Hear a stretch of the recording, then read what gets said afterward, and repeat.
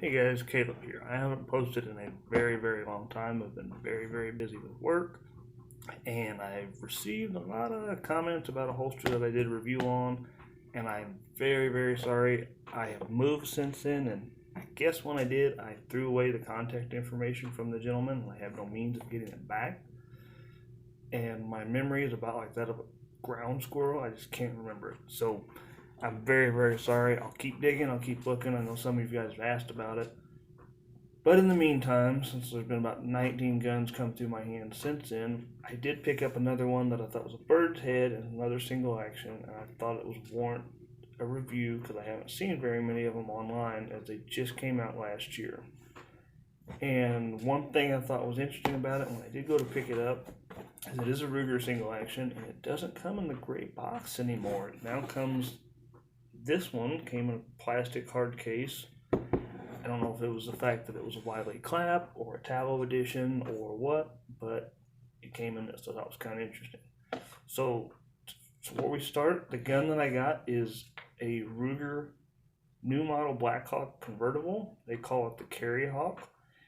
Model number 0477 is a 45 Colt 45 ACP convertible. It comes with both cylinders.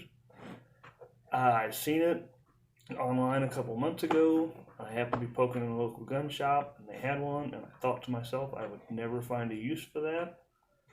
But I sold a GI 1911 that I really wasn't fans with. It was just a reproduction. I got paid a good price for it. I got a good price for it. So I had some extra money kicking around, so I thought I'd have another revolver in the house. And being that it was a bird's head and limited edition, I thought it might be worth the price. So here we go. Everything has been unloaded. I have been playing with it some. I haven't had a chance to shoot it yet. The weather in North Dakota has been a little wonky, along with the stay-at-home quarantine rules, and my work schedule makes me a little bit busy. So, without further ado, here is the gun. Well, it's kind of hard to see. I have a black shirt on. I'll see if I can get some other pictures of it. But this one is different. As you can see, it's got the bird's head grip. It's kind of hard to tell, but you can see it has a slab-sided barrel. The barrel's flattened right there and right there. It also has excess one big dot sights on it with a V-notch rear, and you see the big white dot up front. So it comes with black micarta. To me, they kind of like buffalo horn grips. It's kind of hard to tell. It's an all-black gun, so it absorbs light pretty good. But currently, it has the 45 auto cylinder in it, as you can see. And what Ruger does, for those of you that are unfamiliar, is you actually don't have to have moon clips or anything. See if I can get it on camera in there. But you can actually see there's a recess in there, and that's what the case mount sits on, and that's what it shoulders on. So it's pretty easy system to deal with. You can load it and unload it, no problems. Said I haven't fired it yet, so hopefully that's coming next week. So it depends on this wonderful North Dakota weather. We got a snowstorm today, and it was 60 degrees the day before that. So yay, spring. So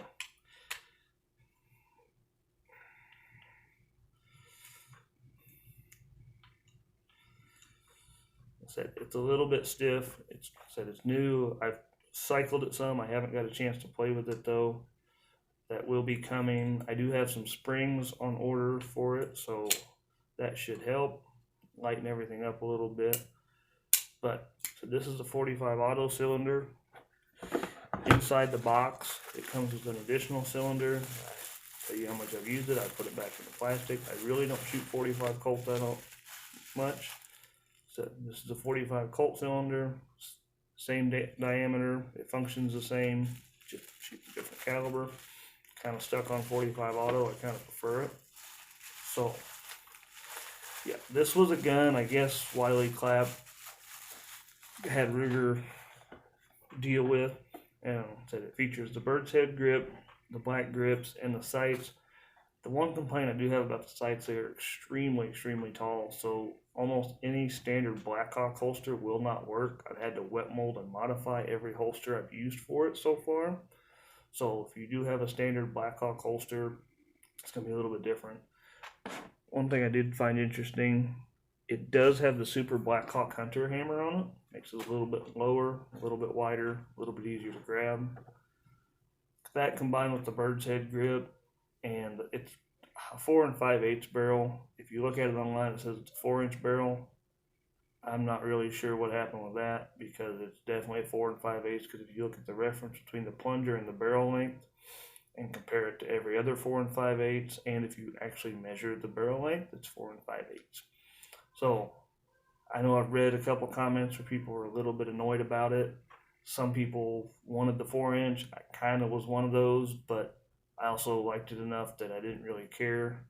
It's not really a concealed carry type gun. It's not really something I'm going to conceal and carry.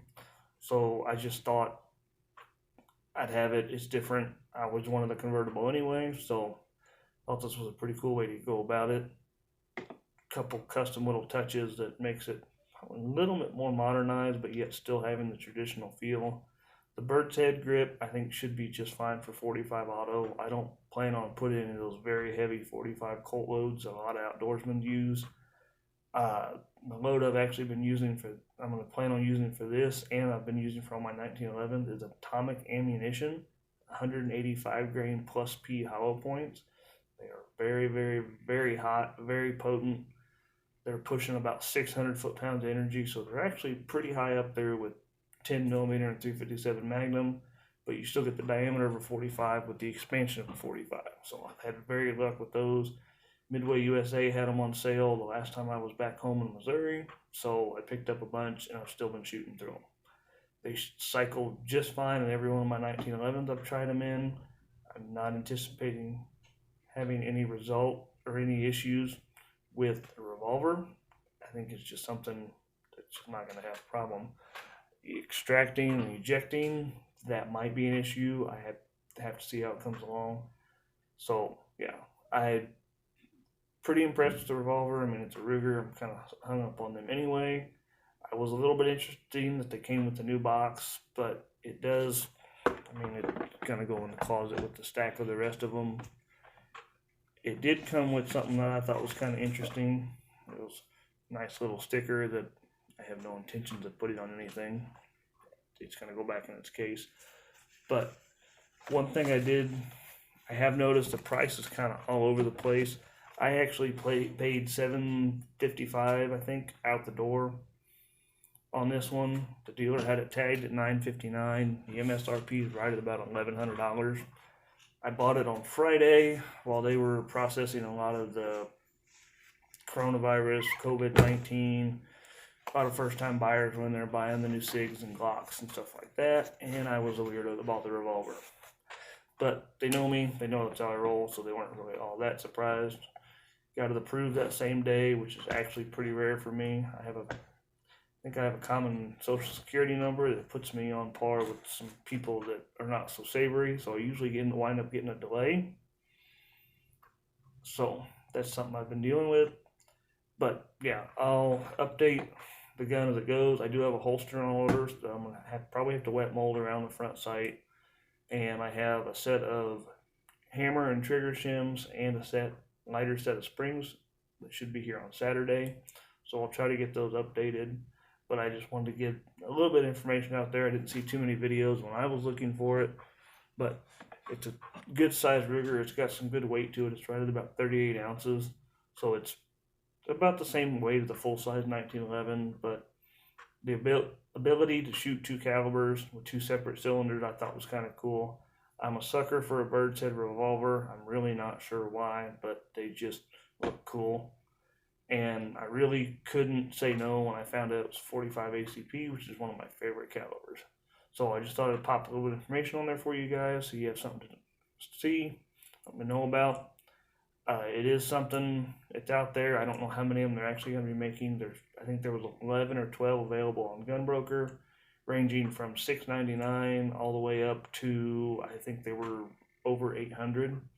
So do a little bit of research, depending on what your FFL charges for transfers and stuff like that. It might be worth it to buy it online. They do show them in stock on the gallery of guns, but they're not providing quotes because they're a little bit overloaded with everything from the Corona sales and stuff. So I don't know what the actual street price on them through that is. I know they had a good price for them at the local gun store. They had one in stock. I happened to have, they wanted less than the cash I had in my wallet, so it was kind of hard to say no. So I probably might have overpaid $20 or $30, but versus having to wait 4 weeks or more, it was worth it to me. So the model 0477, it's called the Carry Hawk. Thanks, guys.